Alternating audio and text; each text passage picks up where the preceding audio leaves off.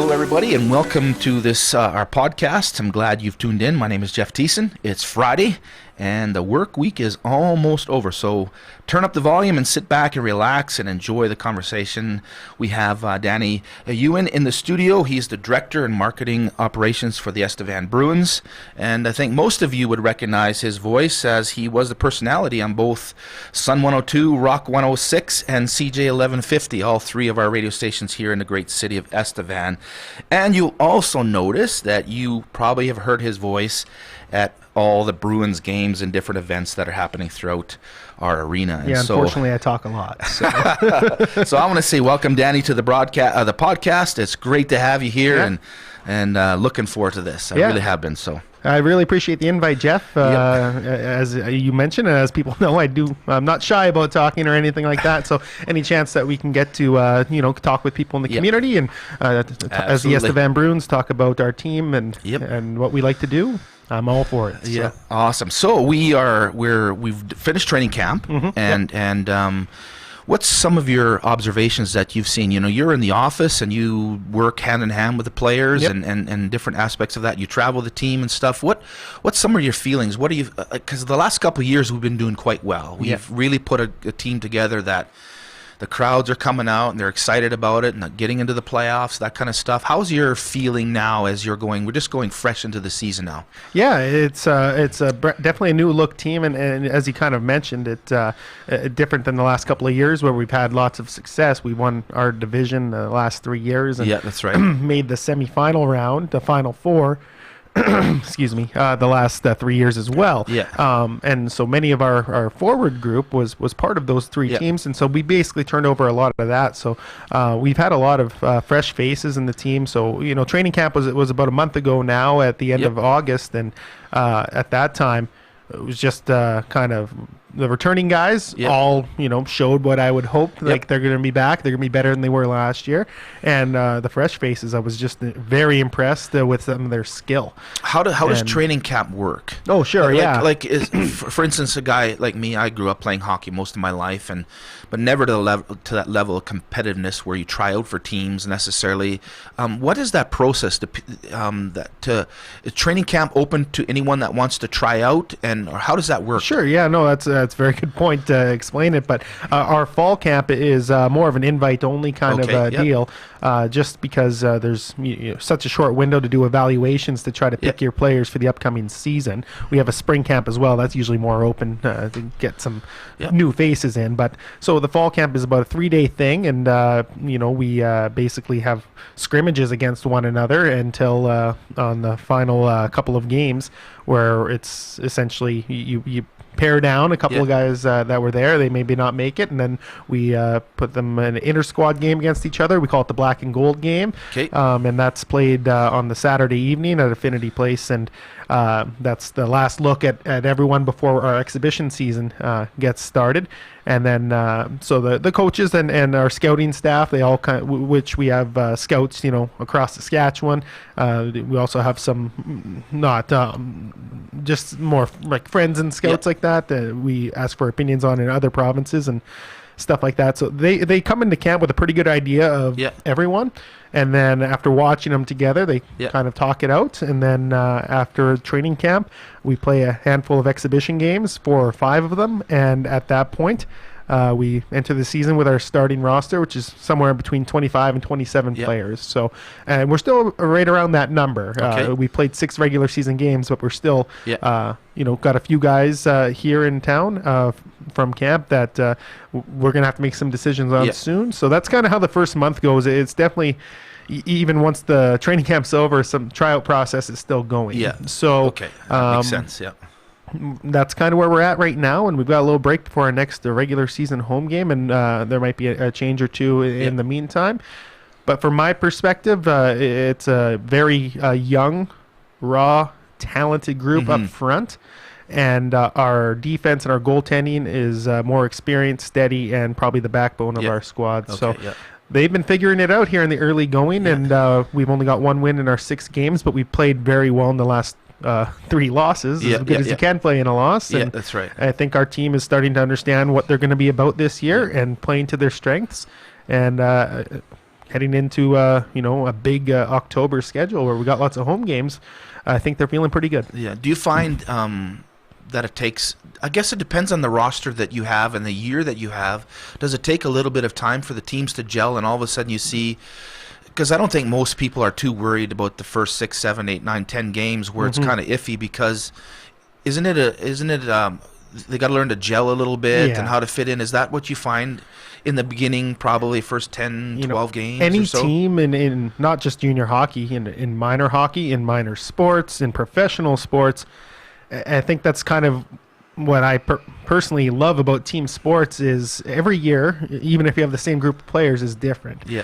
There's always a different kind of chemistry. There's different experiences, whether it's adversity on the ice or on the field or off the ice that can bring a team together, or it can possibly be something you have to overcome. And if you can't do it in time, then you're probably not going to have a winning season. So as far as that goes, it seems that our guys are gelling pretty quickly. I think it's because we've got about 12 or so new players this year. I was just going to ask you how many returned and how many new people that we've got. So it's about split 50-50 for new players to, maybe not junior, but to Estevan at least. And so with that amount of turnover plus the returning guys, it's not as much as the new guys trying to fit in with the old group. It's kind of everyone getting together. And every team's different, and sometimes you don't figure it out all year. Some years you figure it out right away, and you maybe lose it and have to get it back. But I think our team, as I kind of mentioned, understands kind of what they're going to be about. And I think they have come together very quickly, and it's been very nice to see with such a young roster, because a lot of these kids are away from home for the first time in their lives, and that can be difficult. Yeah, because I know even where I live, we have a few. What do you call them? Hockey parents or billets is what they're called. So this is how when I played hockey in my town it's a city now, Warman, I guess, and we were just small, and everybody who wanted to play got to play, and that kind of idea. And then I remember when we moved to Pee Wee, all of a sudden the competition level started going out, and then we started having tryouts, and to me that was like, what? I played hockey all my life, and now there's tryouts. Like, now you have to make the team. And so that transition to where it was fun, and it always was fun, but all of a sudden the competitive level started going up, because in our division, all of a sudden we found ourselves moving into Saskatoon, and you're playing in that. So all of a sudden now your game elevated, and now they're looking at performance, they're looking at effort, they're looking at talent, they're looking at all that kind of stuff. And so getting back to what we're talking about here, I didn't realize, I don't know, it's just probably ignorance of anything, but I didn't realize that we have players from all over the place. And so right across from our street, we have 3 or so, at least I think there's 3 vehicles that had North Dakota plates on. And when I first started recognizing, I thought, maybe that's a relative and they're visiting, but I noticed it was always there. And I was like, oh, that's strange. They haven't changed their plates over until all of a sudden, like I say, it's ignorance. But they're actually from North Dakota. They're playing. And then I realized when I started going to the games, when they announced where they're from, it's like, yeah, people in Estevan, the team Estevan isn't made up of just Estevan. But that's how it was when I grew up, right? Exactly. You were your town, and you made your team, and until all of a sudden the competitive level, all of a sudden now it mattered. And so yeah, that was an ignorant thing on my part, but so we have players from all over, don't we? We really do, and every year is different in the sense that how far-ranging it is. For example, last year we had a player from Texas on our team, and years before that we had players from Colorado and California and New York. It's kind of, and that's just America. If you come to the Canada side of things, we typically always have some players from BC and Alberta on our team. Usually always from Manitoba as well, occasionally Ontario, and then we've picked up players from Quebec and the Maritimes. It's really, as you mentioned, in the old days, Estevan was Estevan. Everyone knew the locals on the team, but as time goes on, and it's just one of those things where the competitive level goes up, you got to make the team. So we have a very broad range of people, which again, coming back to that gelling aspect. Yes, yeah. All these different experiences people have had, and some of them never lived in Canada before, for example. North Dakota's not far away, but if you talk about some of the, the more southern states, it can be quite a change. And I can't imagine. Yeah, it would be a change for sure. Yeah. Big time. Yeah. And so, but at the end of the day, I think all of them have the mindset, or at least it's developed into this way, that, if I'm in Estevan now, like, we're all part of a team. So yes, that's right. It doesn't matter which backgrounds we've come from. We're all here. We all play for the same team, with the same logo on our sweater, and our goal is just to try to go out and win hockey games. And that is their primary goal. Yeah. And part of my primary goal as a marketing guy for the team is to get our community to rally around these guys and understand that they are now our local kids. And you do a great job of that, Danny. Well, you really do. I even how you carry yourself in the rink and how you communicate during the games, and you're definitely the voice of the Bruins for sure. Well, our players make it quite easy. I have to be fully honest, and our coaches and our scouts have been a part of that. Character is first and foremost a priority on our squad. Yeah. Skill level, there's some very talented kids at all levels of hockey, and most of those kids are excellent humans as well. And there's the occasional one, and they're all kids. You have to keep that in mind too. No, myself at their age, I wouldn't say my character was maybe number one in the world. And that's fine, because you understand that. But our guys understand that it's not just a hockey team that you're a part of. You're now part of the community, and part of being a junior team, and especially in ours, we're a community-owned team, like much of the teams in Saskatchewan. We wouldn't survive without our community support. So us getting out into the community is as much a part of the job as practice, as far as I'm concerned, because we need to repay or show that we are thankful for our community support. What age group are generally juniors? What are we looking at? Maximum of 20 years old in your last year. So it can be anywhere. We've had people play for 2 or 3 games when they're as young as 15. Yeah. But 16-year-olds are pretty rare. Usually it's 17 to 20, somewhere in that 4-year range. Most of them are done school then, basically. Most of them, they're either in their grade 12 year or they're in the post-secondary age. So then if they're still in school, do they go to school here then? Is that how that works? So we've got 3 players on our current team that are grade 12, and they're all attending the ECS here. So 2 of them are locals in Cody Davis, who's from Alameda. And now he just attends classes here at the ECS, and Alex von Sprecken, a kid from Estevan here.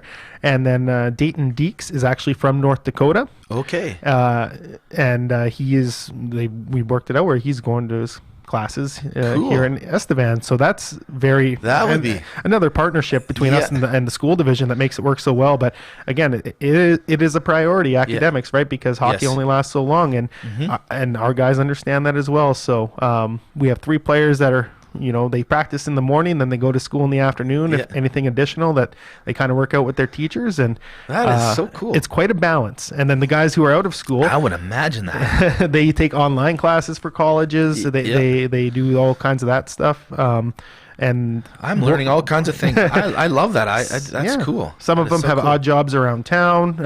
Part-time work where that's another way to get involved in the community.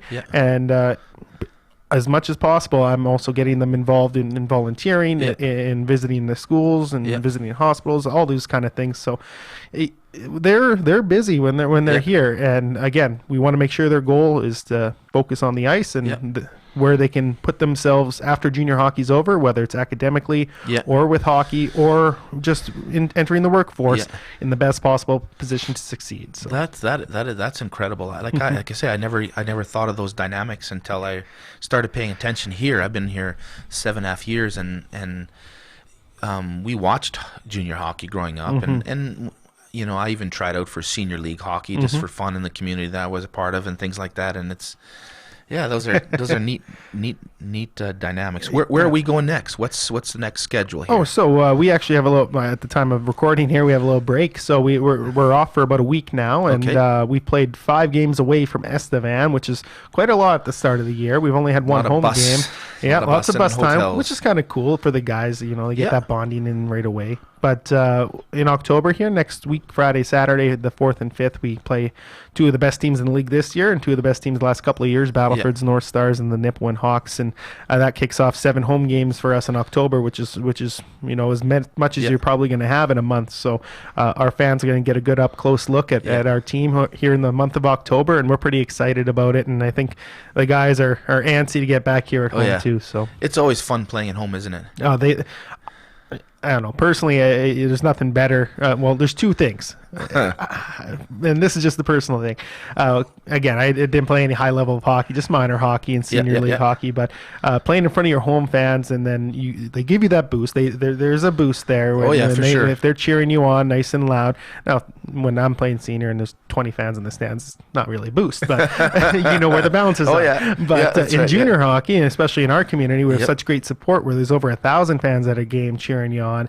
You know, if you're starting to feel tired, you need that little extra boost in the third period. Our players love that, and when they hear the goal song and the crowd cheering after that, absolutely, that's all great. But also on the road, it's a lot of fun when the crowd is loud and you score and they.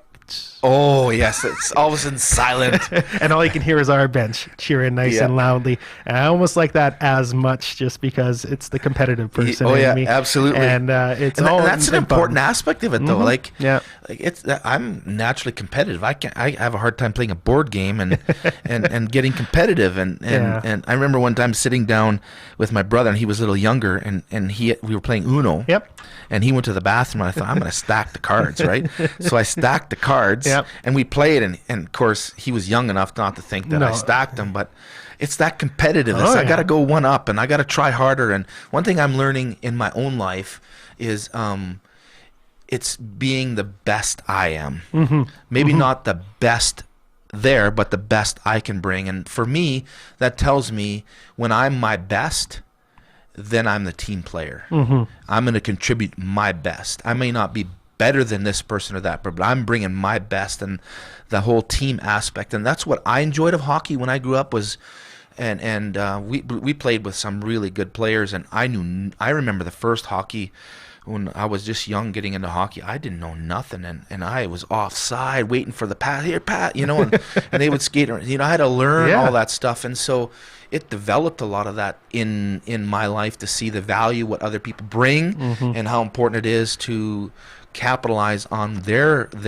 not only their experiences, but their expertise almost. Because I find when I hang around people that are better at things than me, it elevates me, because it brings the best out of me. And so when we can do that, that's an incredible thing. I think that's a great way of putting it, and it's another reason I like team sports. And that's one of the things I learned is one player's not going to win a game, and if you transfer it to life, like, you can't just get through it all on your own. That's huge. It's a huge support. So it's huge, because sometimes we think we can just do it on our own, and we can't. We need other people around us too that we value and trust, and we can learn from. And that's an important life lesson in what we can even pull in team sports. Even. Well, like in hockey and in football, baseball, soccer, whatever it is, some players are better at scoring. Some players are better at goalkeeping, defending, passing, and running. All are so important. But all of it has to come together for the team. You mentioned a few times gelling. So, exactly, right? Gelling. So if you understand on a hockey team, if your job is to go out there and your job is to go into the corner to get the puck to give it to the guy who's better at shooting, then you do that to the best of your ability, and trust everyone else is going to do their job as well. And that's how you gel, and that's how I think a team succeeds, is just everyone doing what they can and what they're good at. And, I think as many of people that can have the mindset that it's what's best for the team, and then it's like you're on the same page. It's like you're telepathic or something. Everyone knows exactly what they're doing every time they go out there. And again, whether it's in team sports or it's just in your personal life, you surround yourself with people that are good and that are good at different things. And I just think it works best that way. Yeah, absolutely. I totally agree with you. There's so many things we can pull from stuff like that. So how do you feel? Are everybody excited in the locker room? Like, what's it like to sit in the locker room where they're ready to the dressing room ready to get out? they're teenage kids, and they are excited a lot of the time. Like they're here. Like this is super fun for them. Like again, you think about there should be starting university or that kind of age, and they are in a way. But their full-time job is to play hockey, hang out with their friends, their buddies, and just have a blast of a year. And so they are. They're so excited. Every game, practices are practice, and sometimes they can be a little harder than. I remember those. There's the bag skates, than maybe the shooting drills or something like that. But again, they wouldn't be here if they didn't love to play hockey, or they didn't love being around the guys and being a team. So they're excited, and I think our community is pretty excited as well, because even though wins and losses, obviously they understand that they're kids and it takes time, and we already kind of touched on that. But that's right. It's now that they've kind of seen or heard road games and stuff like that, and they kind of. We've had our players out in the community a bit. They're excited to watch them here at home, and with the past success we've had as well, and in the best rink in junior hockey here in Estevan. Yeah, we have an incredible arena. Then our fans, they're always up for coming to the games and cheering us on. Yeah, so. Absolutely. When you're on the road, you guys motels, or do you get billeted, or what's kind of the practice on the road? Yeah, it's again the same for at least in the SJHL Saskatchewan here. It's hotel rooms. On overnight road trips. So because of how big Canada is, how big Saskatchewan is, you got a bus everywhere. There's not like minor hockey where you just pile into one mom's vehicle and with all the equipment, and minivan carries all the equipment. Pile into everything. I'm sure there was enough seatbelts. I remember doing that, boy. Exactly. So getting to the rink and opening the door, and the bags are all falling out. Everybody's stacking their equipment everywhere, and sometimes you're late. You got to get dressed in the vehicle and everything. Put the socks on. But in junior hockey, we when we go to places like Yorkton, Melville, Weyburn, Notre Dame, we don't stay overnight because those are about 2.5 hours or less. It's when we go on the other road trips to North Battleford, to Kindersley, to Flin Flon, Melfort, Nipawin, La Ronge. Flin Flon and La Ronge about 13 hours away, so you're not really going there and back. No. So that's where we typically, our team would play 3 or 4 games in 4 or 5 nights. Because you're there anyway, so then it's and that's one of the challenges of junior hockey with the expenses and everything like that is bus and hotel bills pile up pretty quickly. That's right, absolutely. But that's the most efficient way, really, is staying in a hotel room for 4 days instead of busing to and from every time. So we would typically stay 3 or 4 nights away, play our games, and then come back. And we do that about 4 times during the regular season, and then in playoffs if necessary. So those trips are hard, because any time you're on the road, it's hard playing any other team's home barn. And then when you're away from home, maybe away from your bed, your usual routine, if you're a creature of habit, they can be difficult as well. But it's the same for other guys that come down here too. So I think everyone tries to make the best out of those situations, and that's again where I think some of the team bonding can be done best. Is I was just going to say 4 nights and you're just with each other all the time. Yeah, that's right. That would be definitely a highlight, I think, for that whole aspect of bonding for sure. For example, we just got back from a 4-game and 5-night road trip. So we went to Kindersley and Battlefords. We stayed in Saskatoon the whole time. Then we remained in Saskatoon for our league has a showcase event where all 12 teams from the league play 2 games. So scouts and fans and everyone can come and watch everyone under one roof over a 4-day span. So we just got back from that just a few days ago, and early in the season, our players, it was great for them. We went out for some team meals. They just spent some time together on our off day, goofing around and stuff like that. And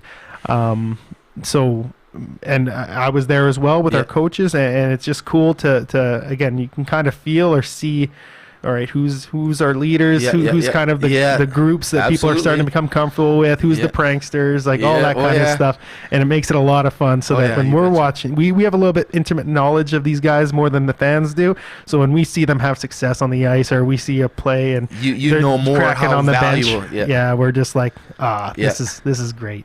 And that's the best thing about it, is that they're just young kids and great character kids that want to play hockey and have fun. But we see them as they're going into the next phase of their life after this, and we want to see them succeed. And when we can see what kind of people they are, it gets us really excited for what lies for them after they're 20 years old. We were talking just before we hit the air, and you mentioned that you guys just played one of those games in Warman. That's my hometown. That's my hometown, and so. Yeah, that would have been interesting to see that, because we haven't Mormon hasn't had a junior team for years and years. I remember them back in the days of the Valley Crusaders. So you mentioned, that's right. And so different now, obviously. You get the crowds out to stuff like that too, like how's? Some. It's a short distance from Saskatoon, so I think there's some people that come out just to watch hockey games. And we have games during the afternoon there because there's so many games. Oh, okay.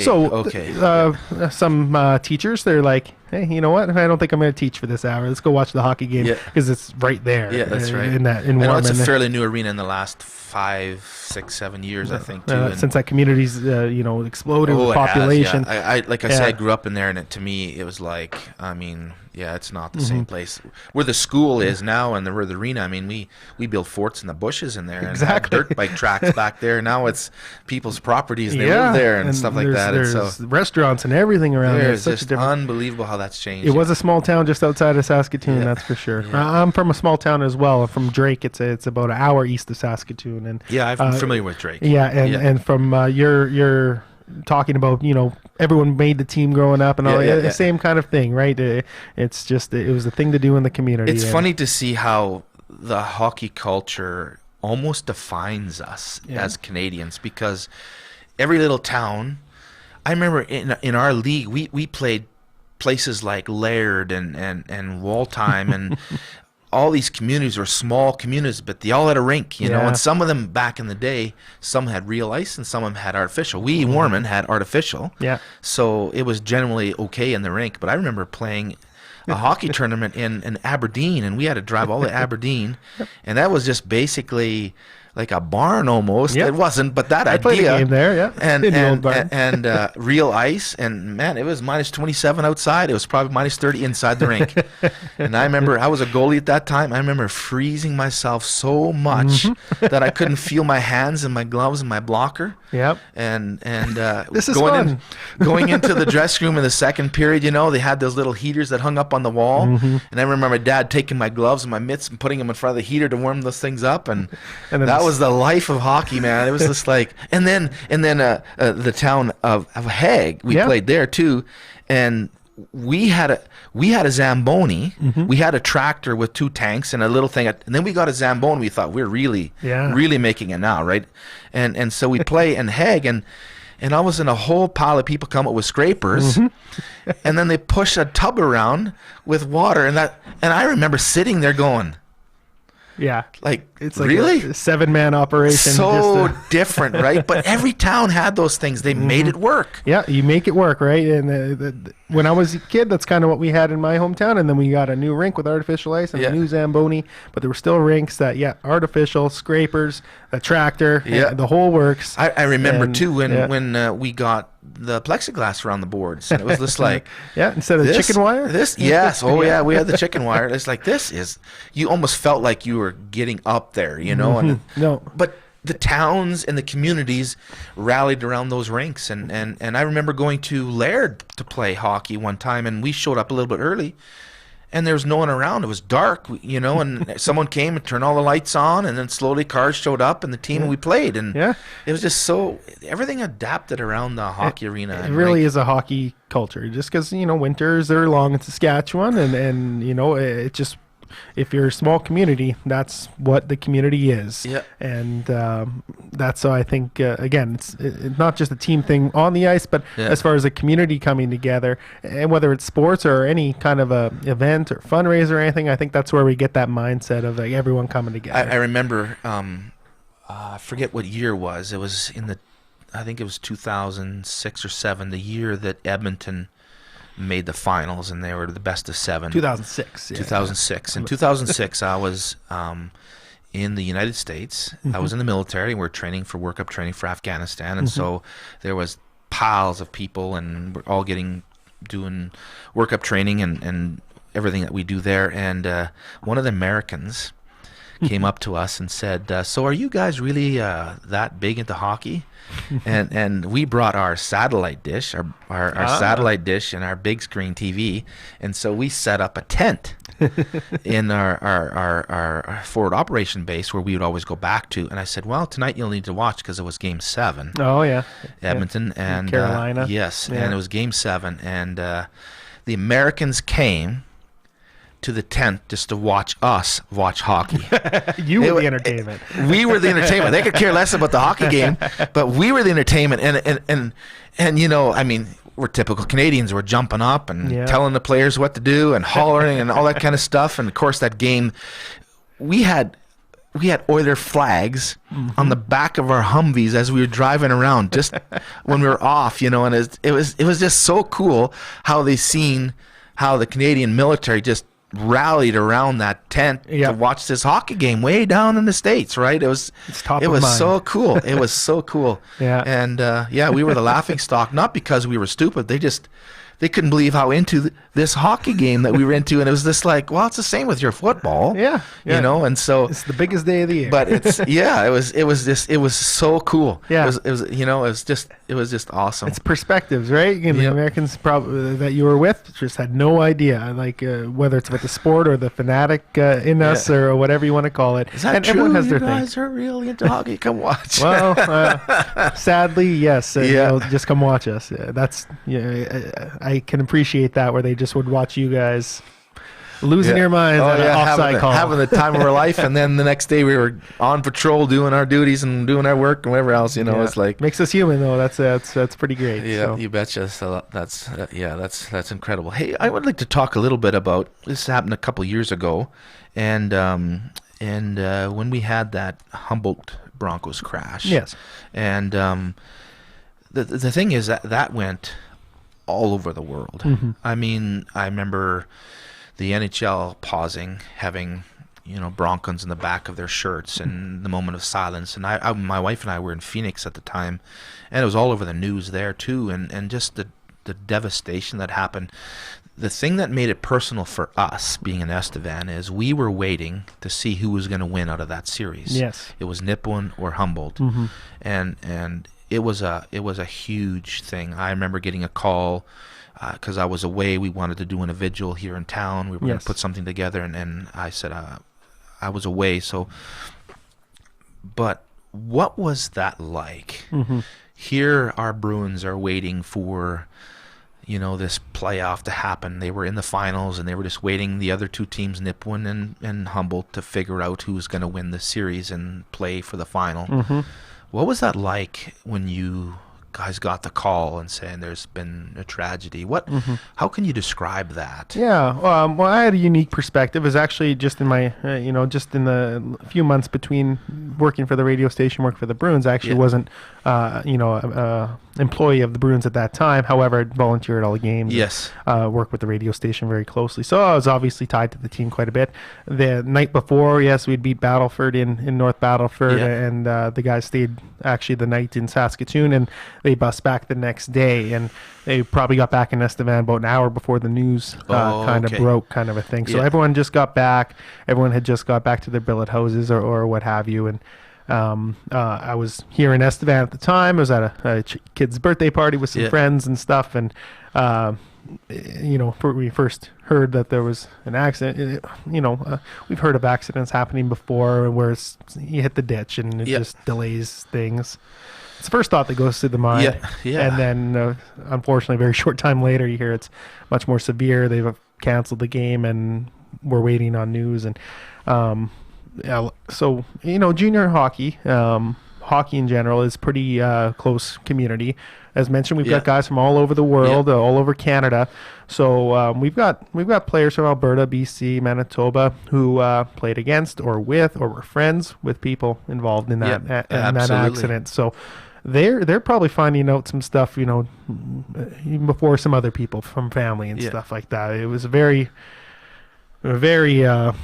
tough time, basically, in the unknown and everything. So from my understanding, because I wasn't involved with the team, is that our coach, Chris Lugood, who again has many connections on that team, got all the guys come back to the rink. Yeah. And they all got back into the dressing room or their players' lounge or what have you, and they were together. Yeah. Because there's so many unknowns. They were still trying to figure things out. Some people are finding stuff out from stuff before others. Yeah.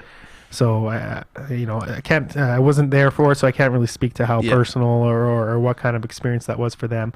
I had a couple connections on that bus as well, the broadcaster and the assistant coach that didn't make it and stuff like that. So wasn't as close, but I knew them, and just like everyone else, kind of waiting for the unknown or whatever. So it didn't come till about midnight that night. I think that some of that information became known. So it was such a, Thursday, we're going to the league final. We win a game. Everyone's excited. Know they're going to have a couple of days off, the weekend off, and just to get excited for playing our first league final in 20 years almost as a team. That's a huge Our community, everybody's just like, and then that. Boom, boom. So, it was a difficult weekend for everyone. Our organization, again, just the personal, the human element of coming to grips with what had happened, not even probably thinking about the final at all at any moment. And our community, the same thing, like probably in the back of their mind wondering if what's going to happen now. But at the end of the day, it's like, well, like that's this has never happened before, and everyone just kind of had the same. Just again, junior hockey, whether you're billets or I don't even want to close it to hockey. It's just minor sports, people playing together. Everyone had a connection. It seems, whether it's one-on-one or not. So that whole first week, at least, when they're still trying to figure out a lot of stuff, and it was. I don't even know what was going through some of our guys' minds or anything like that. It would have been difficult. I worked at the radio station here, which our sister, or it's all part of Golden West, and Humboldt is a company there as well. And I'm from near the area and stuff, so actually I was asked, and I was happy to just go and try to. I worked with the radio station there for about a couple weeks, in light of everything, and so. I was there for most of it when they were making the decision to continue on with the final about a week later.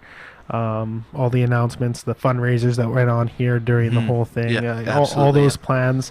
And then, and then drove from Humboldt to Nipawin for game one, and just getting there a little bit before game time. And it's just, with, the ribbons and the massive media attention that was around there. And we're talking Nipawin, which is a small community, which rink that holds 1,200 people. And I'd imagine that thing was packed to the rafters. Again, media everywhere. It was unlike anything we've ever seen for the wrong reasons. And that's the unfortunate thing. All that attention for the wrong reasons. But it is what it is. And our guys, it seemed like I can't speak to everyone's mindset or anything like that. But I think both teams and both coaches, coaching staffs, and everything. Just had the same mindset of like this is what we've as a team worked for all year, and in light of what's happened, this is the best way to honor what had happened. Is to go out, play like any other league final with their memory intact, and just for ourselves and for them, just try to continue start even the healing process for people around the world, it seemed, right? Absolutely, and by the end of that final, it was still top of mind for everyone. It was definitely, but after the game 7, I think our players definitely took it like they lost the league final by 1 goal kind of experience, with as well saying like this has been the craziest 3 weeks that they'll maybe ever experience, and at such a young age. It will be something else. It'll be imprinted in their minds for their lifetime. It'll be something that will be pinned there, because trauma and experiences like that just don't go away. And I had to our leadership of our hockey club and all that for navigating through that and and putting on a good good performance in light of all the tragedy. And I think that's often really speaks to me when people go through difficulty and they navigate their way through. There's something to that. Too often, I think, and I don't know if you feel the same way, too often I think sometimes we can take things for granted, and we can assume, we can, this is what I would do, and yet when it comes to difficulties in our own life, sometimes we don't know how to handle it, and it can be a major tragedy or seem to be a major tragedy. We have to learn to push through and not let those events shape us in the wrong direction, but help those events shape us in the positive direction, where we can take something from there and actually empower us. That's huge, I think. Yeah, it's difficult, right? To have the mind, but you have to try to have the mindset, I think, of making whatever expression you want to use, the best out of a bad situation, or taking the positives, or whatever you want to call it, because I'm still seeing on social media, like often enough, like people with story, like just the other day, like Logan Boulet was one of the players on the bus, and he had signed up for an organ donor card. Yes, yeah. They call it the Boulet effect. That's a worldwide thing now. And the people that say that just the positives that come out of that, the awareness, the importance of it. So like something as big as that, or here in our community where during the final, like we in one game, our goal, we raised $100,000 for the Darcy Hogan and Mark Cross foundations or whatever as part of that. Our community just like doing whatever they can. Restaurants in town throwing fundraising, all those kind of things. Right, and just trying to use a horrible tragedy and try to find a way to help or to make the world better or to do any of those things. I believe it's mindset you have to have. But personally, like, everyone goes through their own levels of tragedy or their own levels of hardships and stuff like that. But and what I think is difficult might not be difficult for somebody else, but the reality of it is difficult for me.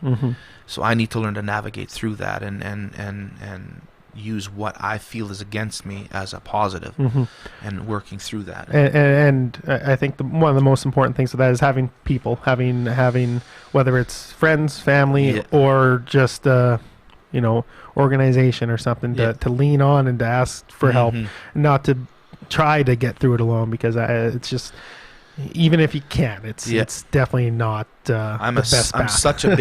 I'm such a big advocate to reach out. To reach out and to ask for help, and because, like you said, it's not something that we can do our own. And oftentimes, I think the tendency is to isolate ourselves, and that's usually the worst thing we can do. And to reach out to people and work through. It's incredible. My friends and family know me. Sometimes I can be stubborn trying to get through a situation and just trying to figure it out. It's kind of the way I've been. I was the youngest in my family. I always felt like, again, you talk about the older brother stacking the Uno deck before. Yeah, that's right. Yeah, I was the younger brother in that situation. At least that's how I saw it. So just, and it's okay.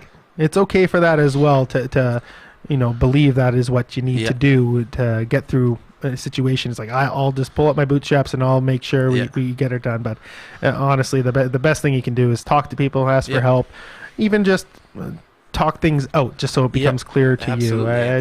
Communication is such a key thing, and you only really learn that by going through events, positive or negative, I think. So again, and life is going to be full of those. Those are things that we can't control. Those are things that happen outside of our realm, and we have to deal with it and work through it. And I think when we have the right people around us, they help pull those things out of us. And it's just like even going back to playing hockey. If we're around the right type of people and they pull our talents out of us, they bring us to a different level because we can't win on our own when it comes to team sports. We have to rely on each other, and that's that's a key point to recognize that I'm not in competition with the next person, but I'm rather going to bring what I have to bring, so that elevates his game or her game, and then my game elevated, and everybody's game gets elevated, and then if you can have that mindset in life too, I think it's so valuable, whether it's in the workplace or whether it's in your family. It's like, this person might not be as good at whatever, if it's at home, cleaning the house as I am or something like that. It's like, well, we'll just work through it together kind of thing. I'm not just going to complain that you don't do anything. Why is it so easy to complain? It is super easy. It's the easiest thing in the world. But again, it's one of the things I always tell myself, though. It's like, if I find myself complaining, I'm like, it's only complaining if there's no solution. That's right. Am I trying to find a solution, or am I just talking? Like, so if I can, and if it's something that's not worth complaining about, and just forget about it. Sometimes I shake my head at myself and go, I'm still wrapping my mind around this. It's like missing a play. Yes. In hockey, or you winding up for that slap shot and you get a one time and you miss it. We call that he fanned his shot. You know what I mean? All he got is a bunch of wind out of that. Yep. How many times, have us or a player sat there and going, I was 2 inches away. Like, you can't relive that experience, because if you keep that experience in your head and you get on the ice and you think that way, and all of a sudden it affects your mindset, and all of a sudden you're missing all over the place because you haven't been able to move past that. Yes. We're all going to miss. I mean, there's no player, no matter how talented they are, they're going to miss, and they're going to fan a shot. They're going to not show up and be their best, and that's just part of life. And I think if we can, the sooner we can understand that, I think, is the sooner we can recover, if I can use that word, from those experiences and go, hey, I missed it. That's just part of it. And I'm going to go down and I'm going to bring my best again. Exactly. And so, recovering, because like you said, everyone will make a mistake or go through, something, adversity. And how do you recover? How do you bounce back? How is your mindset in that? I think that's the important thing. Because next time you're out in the ice, it's not going to be a big deal. You're like, get them next time. Yeah, that's right. Absolutely. I remember sitting and thinking, well, I don't want that to happen again, and that's all you think about, and then you that pattern keeps going. But as soon as you go, I'm going to learn from it, and I'm going to push on from it, and elevate my game as a result of it, and that can be the game of life. Yep, exactly. It can be the game of life. And I think that's, again, what draws me personally more to team sports, is like, it's a real reflection, or prepares you, I think, for things in your everyday life and how you're going to handle situations. I totally agree with you. Absolutely. You need to have because we are all in this together. So you need to have that mindset, and that the person that might be bothering you, if that's the case, they might be going through a situation as well. So you should try to lift them up instead of just try to. That's exactly the point that I was thinking as you were talking. And if we have that mindset, then we elevate other people. We come alongside when they make the mistake or miss the puck, or didn't get in the corner the way they should. Instead of, I used to think growing up, practices were for punishment. You screwed up here. So we used to skate an awful lot. And I used to think in my mind, why do we have to skate so much? I want to learn to shoot the puck. And it's like, well, because skating is 90% of what's going on. If you don't want to, and I remember just doing lines and lines and lines and lines, thinking, I didn't sign up for this, because you don't see the bigger picture. Exactly. You're just seeing this as a punishment. I'm getting, and it's not, it's elevating your skill and learning to, and so those things may not be fun, but they're necessary. And so let's build. I want to build on stuff like that. And even in my own life, I want to build on stuff like that, because I want to be the best I can be, because I want to elevate other people around me. I want other people, when I'm around, I know what it's like to be intimidated by other people. I don't want to bring that. I want to bring their game up. And I think if we have that mindset, everybody wins. Yes, everyone wins. And that's it's not a participation ribbon mindset of everyone wins. No, that's not at all. I totally agree. It's everyone. You come to the table and you come with the right mindset. Yeah, we can all win, and that's important, I think. So I think that's an important point. Yeah, we're not just getting participation ribbons. No. We're elevating everybody's game to contribute their absolute best. That way everybody wins. Yeah. And so, for the Estevan Bruins, I think every single year It's about because every identity will be different. So it's reshaping it with that ultimate goal of how do we all work together and elevate each other.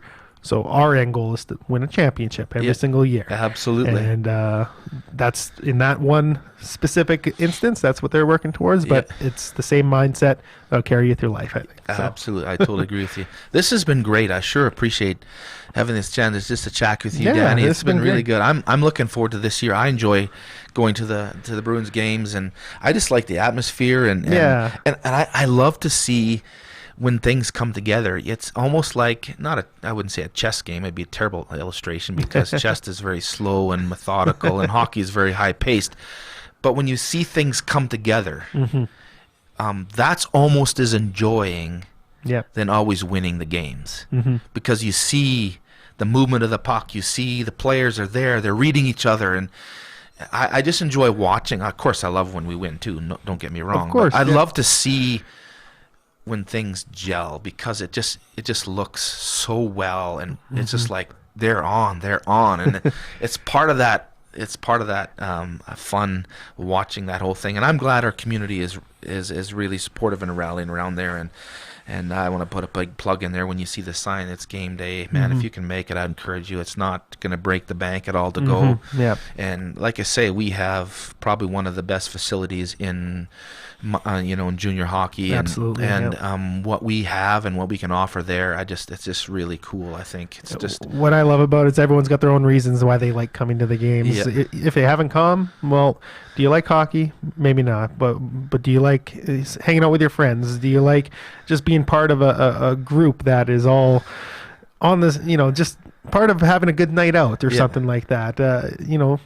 It's very entertaining and everyone's exciting. got their own reasons, and I there's no better, again, biased, but no better place, especially during the winter, than hanging out at the hockey rink. It comes from when I was 4 years old in Drake all the way till now. I relate to that. Yeah, it's winter time. It was dragging that bag around, throwing it in the vehicle, and freezing your feet, freezing your hands, but having a great time going from community to community. And that's one of the reasons. That's one of the ways that you see what else is out there. I mean, when we were young, they could go to these other towns and how different they are, and small, big, large, whatever. It's pretty cool. So I just want to make sure. I want to make sure everyone can come to our games, and like you said, it doesn't break the bank. And I just really want to thank our community for supporting us so well. Whether it's businesses with sponsorships, or whether it's fans with buying tickets, or just people saying "Go Bruins, go!" Like any little thing we can do to help our community move forward. That's what we're all about here. It's bigger than